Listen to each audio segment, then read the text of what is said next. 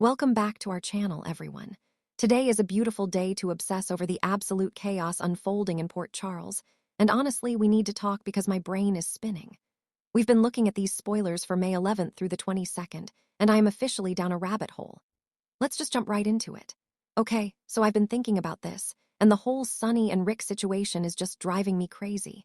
Here's what's bugging me. Sunny is literally holding a gun on his own.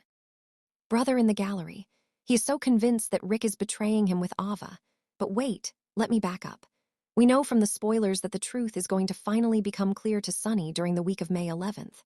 Rick is going to explain what's really been going on with Ava Jerome, and it turns out it's not some massive mob betrayal at all.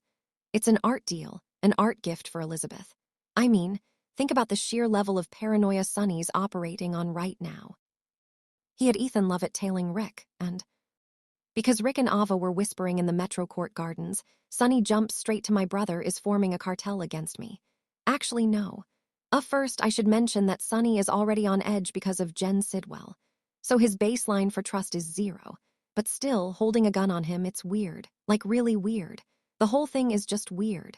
Anyway, the point is, wait, what was the point? Oh, right. Rick survives this showdown.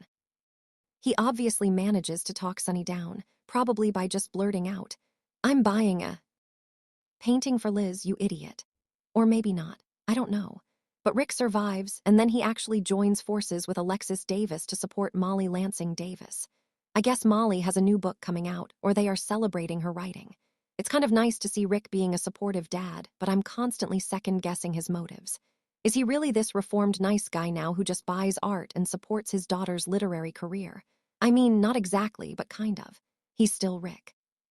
Speaking of the art, the spoilers for the week of May 18th say Rick is going to give this romantic present to Elizabeth. I really hope she likes it because he almost got his head blown off by Sunny over it. Okay, wait, let's shift gears because the Nina situation is completely unhinged right now. Nina literally jabbed Jack Brennan with Drew Kane's paralytic syringe. What the hell was she thinking? So now Brennan is just paralyzed. Temporarily, but still. He's locked in. Valentin Cassadine is standing right. They're demanding answers, asking what the hell she just injected him with. Nina's going to have to figure out a new plan to deal with a paralyzed WSB director in her living room. The spoilers ask if Valentin will help out with that, and honestly, he has to. Valentin loves a good mess, and this is a spectacular mess. But here is the part that is keeping me up at night. Where do they hide Brennan? The spoilers tease that Brennan might get tucked away in Carly's attic for a bit. Wait, what? Carly's attic? Carly already has Valentin hiding in her attic. Are we really going to have a situation where Carly is running a bed and breakfast for fugitive spies and paralyzed blackmailers up there? Imagine the logistics of this. Carly's going to be grilling Nina about what happened while simultaneously dodging Ross Colton, who's actively snooping around trying to question her.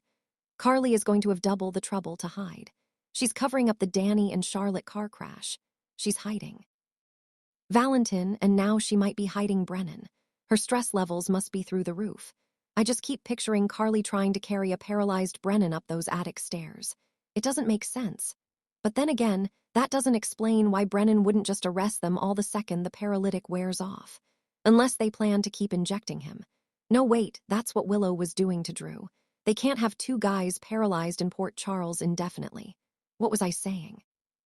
Oh, right, the Rocco secret. Oh. My God, the Rocco secret. Dante Falconry is finally confronting Spencer. Elizabeth put the dots together that Rocco was the one who shot Ross Cullum on the pier, and she told Dante. Dante is going to confront Lulu for lying to him, and he's going to blast Nathan West for his part in the deception, okay? I know I just said the opposite about Dante being calm, but hear me out. Dante is going to absolutely lose his mind. He's a cop, but he's also a dad.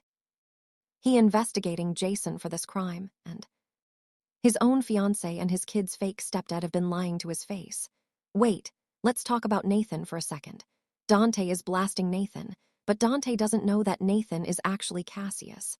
Cassius is standing there getting yelled at by the police commissioner. How is Cassius going to react? Is he going to break character? Lulu is going to panic and alert Britt Westbourne to Dante's newfound knowledge. Britt is going to freak out because she already warned Rocco that if Cullum finds out they are dead, and poor Rocco, the kid is crumbling under the pressure.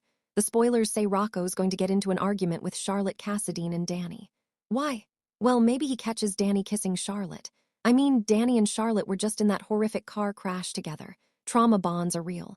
Rocco might catch them and get upset that they've been leaving him in the dark on their romantic connection. But honestly, I think Rocco's just projecting. He's carrying the weight of an attempted murder, and his friends are just making out and living normal teen lives. It's isolating. And then Dante is going to corner Rocco for a difficult discussion. Dante is going to admit he knows his son pulled the trigger. I can't even imagine the emotional weight of that scene. Dante having to look at his boy and ask him why he shot a man in the back. Meanwhile, Nathan is going to find a surprising confidant. The spoilers say it might be captive Jocelyn Jax. Okay. Wait, Jocelyn is currently locked in a dungeon or a room at Windermere because Cassius abducted her. Why would Cassius confide in his hostage? Unless Jocelyn is manipulating him. Jocelyn knows she is in grave danger. If Colin finds out she's a WSB agent, she's dead. So, Jocelyn is going to play psychological chess with Cassius. She's going to make him think she's on his side. Maybe get him to open up about his twin brother issues or his daddy issues with Cyrus Faison. It's actually brilliant survival tactic.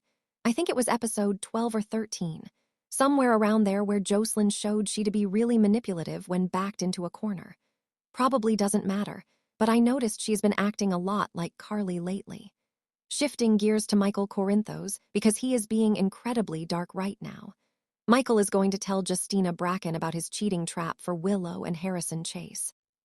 He is actively trying to orchestrate an affair between his ex-wife and a married cop, just to destroy Willow's moral high ground. He's weaponizing Chase and Brooklyn's marriage. It's so ruthless. But Willow has bigger problems. Willow is having a meeting with Jen Sidwell. Why is Willow meeting with Sidwell? Actually, no. First, I should mention that Sidwell's pulling the strings on her congressional seat, but Sidwell is dangerous. He's terrifyingly calm and completely unhinged. Willow is playing with fire here. She thinks she can manage him, but she can't. Speaking of messes, let's look at the car crash investigation. Curtis Ashford is on a crusade. He considers it his pursuit of justice, but let's be real. He's just projecting his massive jealousy over Portia onto Isaiah Gannon's. Curtis is pointing the finger at Isaiah for being the driver who ran him and Jordan off the road. Isaiah is going to land in some seriously hot water. Ada Justine Turner wants to take down the driver who sped away, so she is going to come for Isaiah. The spoilers for the week of May 18th say Isaiah and Portia Robinson have a special night out planned, but it might be derailed by Isaiah's potential arrest. This is so tragic. Isaiah is completely innocent of this specific crime because we know who actually hit the guardrail that night, Brooklyn Quartermain. Brooklyn believes she is the driver who inadvertently fled the scene. She was tipsy. She hit the rail and she kept driving. Tracy's forcing her to cover it up. But now, Brooklyn is going to watch Isaiah get arrested and take the fall. For her, the guilt is going to absolutely eat her alive, especially because she and Chase are trying to adopt baby Phoebe. If Brooklyn confesses, she loses her chance at a family. If she stays quiet, an innocent doctor goes to prison. It's a brilliant soapy dilemma, but it's making me so anxious just thinking about it.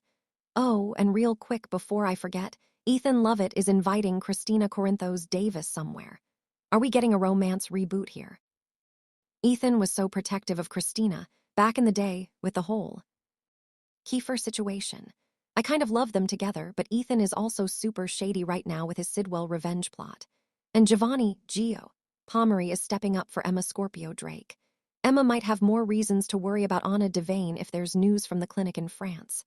Wait, Valentin was just talking about wanting to go to France to see Anna. Is Valentin going to escape Carly's attic, leaving Brennan behind to go rescue Anna from Callum's gaslighting? I mean, the layers to this show right now are just insane. I keep trying to organize these thoughts, but every time I analyze one storyline, it crashes into another one. Like, if Dante arrests Lulu for the cover-up, who takes care of Rocco? If Brooklyn confesses, does Michael use that to ruin Chase's life further? It's all connected.